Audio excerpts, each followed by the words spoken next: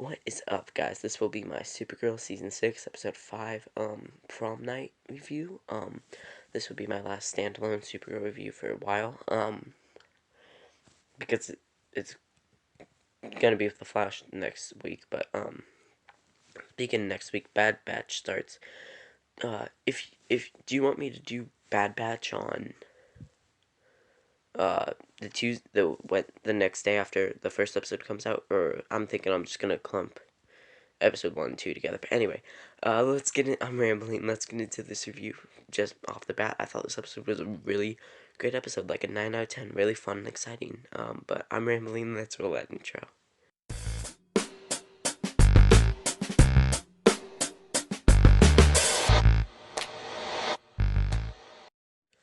This episode starts off with Brainy finding the date, May 29th, 2009. And Alex explains what happened on that date. And basically, on that date, apparently, it was prom night in Midvale, and there was a meteor shower, and it was about to hit the school, and it did. So Kara punched one, and it was the first time Alex saw Kara bleed. So that's why we need to go to Midvale to get Kara's blood to find her in the Phantom Zone. So, they're gonna go back to the night of May 29th, 2009 to go get the piece of blood that was on the kryptonite. But Brainy says that Alex and Jean can't go because they have a risk of meeting their selves. Which, like, what? But then we're on the ship, and they're dressed for 2009 quote unquote prom. I was alive in 2009, but I don't remember 2009. I was born in late 2006. So when they're doing the whole like "what's up" joke and stuff, I don't get that. I'm sorry. But anyway, Brainy gives them the ultimate disguise, and they're kind of poking fun at themselves, which is why I really like this episode. He gave him and Nia glasses because that's the ultimate disguise and deceive trick. Get a pair of glasses. Tell you it works. But then we cut to Midvale, 2009, May 28th, 2009. And Alex is back from Stanford. I don't remember, based off Supergirl continuity, I don't remember if by this time she's at the DEO or not, but I need to rewatch the show again. It's been about a year since I've watched all of it, but Kara uses her super hearing, and she hears what we can assume is Brainy and Nia's ship crashing down, and she tells Kenny, who we learn is alive because of Crisis, which I like how they're still keeping Crisis around. He's alive because of Crisis, so Kara tells Kenny that we gotta go do this and save those people, and Alex is like, no, you're not flying, I'm driving you there. And she's ultimately like super against the saving people stuff. But then we have Cat Grant walk in because she saw a newspaper. She wants the next big scoop like Lois Lane got with Superman, which she ultimately kind of does 6 years later. And this is 6 years before Supergirl Season 1. And this lady looks like, I'm not calling Calista Flack, the lady who played Cat Grant old, but she looks like 20 years younger than Cat Grant would in 6 years, man.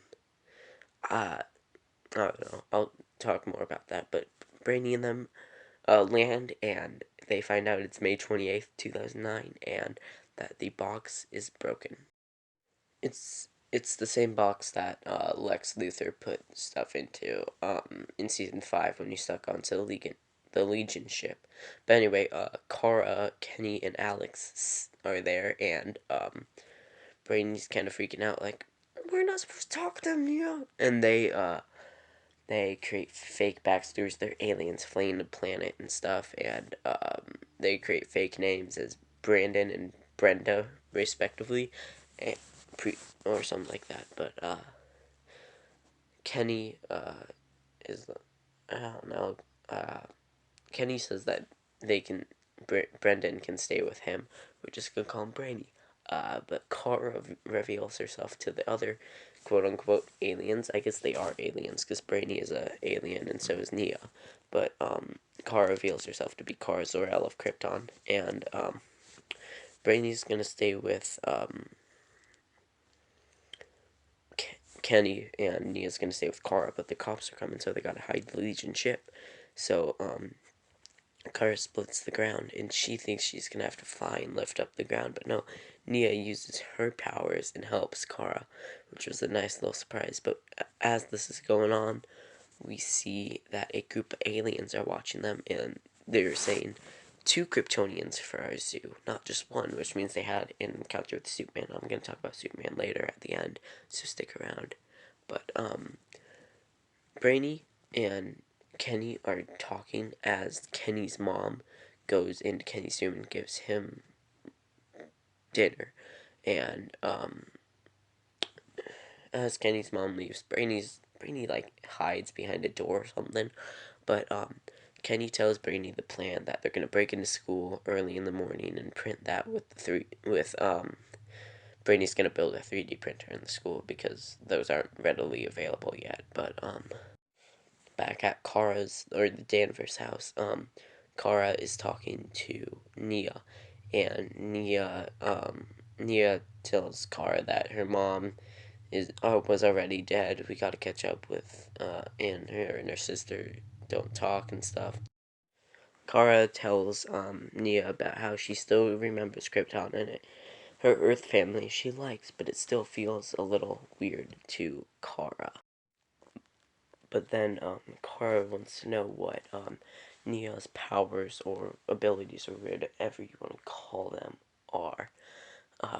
So Kara, Nia shows off what her powers can do with like she doesn't give more specifics about the dream energy and stuff, but then Kara flies and they mess around. They put Kara in a dream bubble and stuff. But then Alex walks in and is like, no, no, no, no, and she tells them the plan about how they're gonna sneak into Eliza's office and everything, and no powers, she says, and Kara says that Nia's gonna get used to that, and that was it was some comedy. So, Nia goes to sleep, and she gets a dream vision, as she always does, and she sees a pink panther. Now, I know what you're thinking. Why hasn't Rockstar added the Diamond Panther into Caprico yet? I mean, Diamonds had, by May of 2020, had already been in 3 times, but I don't know. But you weren't thinking that, oh, sorry. But Brainy now is in the school, and, he is taken apart like a computer or something in the computer lab, and he is talking to Kenny as he's doing it, and Kenny says, man, that's gonna take like a whole day. I'll be here by lunchtime when it prints. And Brainy's like, modern technology, something like that. But Kenny also says, do not leave this room under any circumstances, because we don't want Brainy having an impact. But then Cat Grant is walking around. She's actually walking to the college, but she's walking on the phone to Perry, who we met in Superman Lois. We learn that the main reason she's here is to rifle Lois Lane in the Daily Planet. But Alex and Kara and Nia are at the college when Cat Grant is there.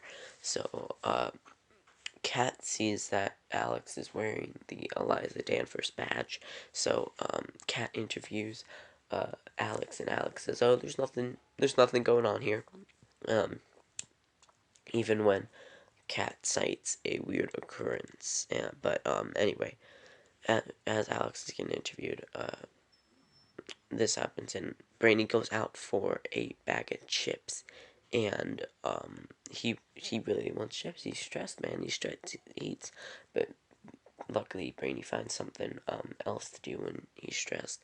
But when he's screaming at the vending machine, because we all hate vending machines, the Glee teacher, I'm assuming the drama teacher, catches him and is like, "We need you in our play or something." But anyway, as Alex was being interviewed, Kara and Nia got away to go get the thing that Brainy needs, and Nia opens it with her powers and stuff. Don't leave any fingerprints. And she gets it. But anyway, Kenny goes looking for Brainy, and Brainy is playing baseball. And Kenny talks to Brainy, and Brainy says, like, he's so stressed lately that he's been stress eating, but these things that I found, dramas, a bunch of other stuff that Brainy has done, is relieving him of his stress. But anyway, Kara, Nia, and Alex are on their way back from the college when a semi-truck with a bunch of gas passes them, with a gas tank, passes them with, like, the speed limit is 35. It's going like 70. Uh, so Nia dreams in there, and with her dream, and there's nobody there, and it's a diversion by the aliens that we met earlier in that episode, who are trying to get the Kryptonian, and now they see they have not just the Kryptonian, but whatever race Nia is. But anyway, Kara flies up there and gets into the driver's seat of the semi-truck, and Cat Grant is also there. Not Cat Grant didn't see that, because Supergirl, the relationship in season 1 would be a little weird, but the truck passes right by her, and that's when she has evidence of something strange going on. But she takes pictures, and there's one important thing about these pictures we find out later, and I'll get to that soon. Anyway, when Kara is driving the truck, and I meant Nia got in the truck before Cat Grant was there, and Nia tells Kara to use her freeze breath on the axles to make it slow down, and Kara does, but the aliens are already aiming at the truck. So when the truck stops because the car is freeze breath, the aliens miss revealing themselves with the shot. But right after that shot happens, Brainy arrives. He he flies down, and the aliens are also like, "Oh, we have a clue and stuff." But Nia tells Brainy about what just happened, and Nia goes to dream again, and she sees the same thing. A pink tiger. A pink panther. Just like how Rockstar should add the Diamond Panther to the Carapuco. But anyway, Brainy uses his scanner, and he finds the ship, but then they retreat, the ship does, and Alex catches up to them and is like, "Come on, we gotta go. That reporter lady is on my tail and stuff." And Cat Grant eventually gets there, and she sees that there's just a school bus driving away, and nothing weird happened. And Cat Grant, it has her mind in the right place. She just isn't looking in the right place or something like that. But then Nia is not understanding her dreams, so she calls her mother, who still would be alive. It's 2009, but her mother doesn't answer because Nia's using an iPhone. I don't know how that would work though. But then Kara and Alex get back home, and they argue, and Alex says that Kara is just being real immature and stuff and doesn't know anything about the real world. And Kara says that she's seen more solar systems than Alex has days. And I'm sorry if this clip sounds so different than the last one. I took a whole test in between those last clips, so. But this arguing fight doesn't end well, and Kara storms off. But back at the Legion ship, Brainy is using the future DEO database, and he's talking to Nia about how it's the future one, and it will tell us if or the current one from 2020, or in their timeline, and it will tell us if our actions have changed the future, and as they're looking at it, their actions changed the future, and this person is now wanted when they were apprehended on like June, like May 31st, 2009. But anyway, Cat Grant was at a bar of a hotel, and do you remember back like in October, September, when there was a casting announcement, and the dude, everybody thought it was gonna be the final episode, and this dude looked like Mon-El and Kara's son. It looked like Christopher Wood. No, this dude was just a bartender, man, and it happened in this episode. But Cat buys a drone off a kid, but the bartender does point out on the photos that there's a smudge, and you should probably get rid of that. But the smudge is not a smudge; it's a spaceship. A spaceship. It's a spaceship. It's a spaceship, guys. But I'm sorry, that was so weird. But Kara and Kenny meet, and Kenny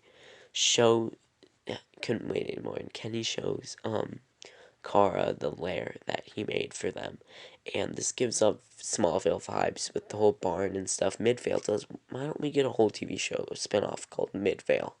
Why don't they just make the CW the Arrowverse network? I don't know. Too many shows for me to review. God, whew. But then there's this tree stump where the first time Kara and Kenny kissed, and Kara is getting overwhelmed and doesn't know how to tell Kenny that she's gonna go to National City, a university. But then Nia tells Brainy about how she called her mom, but no one answered, and Brainy gets mad, and Brainy comes down, and Brainy asks Nia, what part of high school were you in? Like, what did you do in high school? And Nia says she just mostly stuck to herself. And then Brainy asked, what did you do when you got stressed? And Nia says, I'd seen my favorite song, and Nia starts singing it, and it's the Working 9 to 5 song. And make a living. I don't really want to get copyright striked, man. But boom. But then they find the ship, and it's in the middle of the Midvale Woods. So then they go to the Midvale Woods, and like idiots, they pause and talk about their feelings. And Brainy says, I'm sorry that I got mad at you and for calling your mom. I understand it. You probably miss her and stuff like that. But seriously, as they're pausing there, the bad guys come out of their ships, which were right in front of where they were, and Brainy and Nia get shot in a bubble by the hunters, and man, if you hadn't stayed there and apologized, I got you had to apologize sometime, but if you hadn't just stood there, you could have not got caught, man. But anyway, that was my Supergirl Season 6, Episode 5 Prom Night review, and if you have any opinions about this episode, or theories, I'd love for you to comment them down below, because all of our ideas are very interesting, and I'd love to hear every single one of you guys'. But I think there is a very good chance that Tyler Hoechlin's, not a very good chance, a tiny chance, but I think it's possible that Tyler Hoechlin's Superman could appear in the next episode during 2009. I don't know. I think that's possible, but I don't know. I thought this episode was a really great episode, but also, if you would be kind enough to go in the description, follow all our socials, that would be great. I have a Supergirl playlist link below, And that's all. So goodbye and stay safe.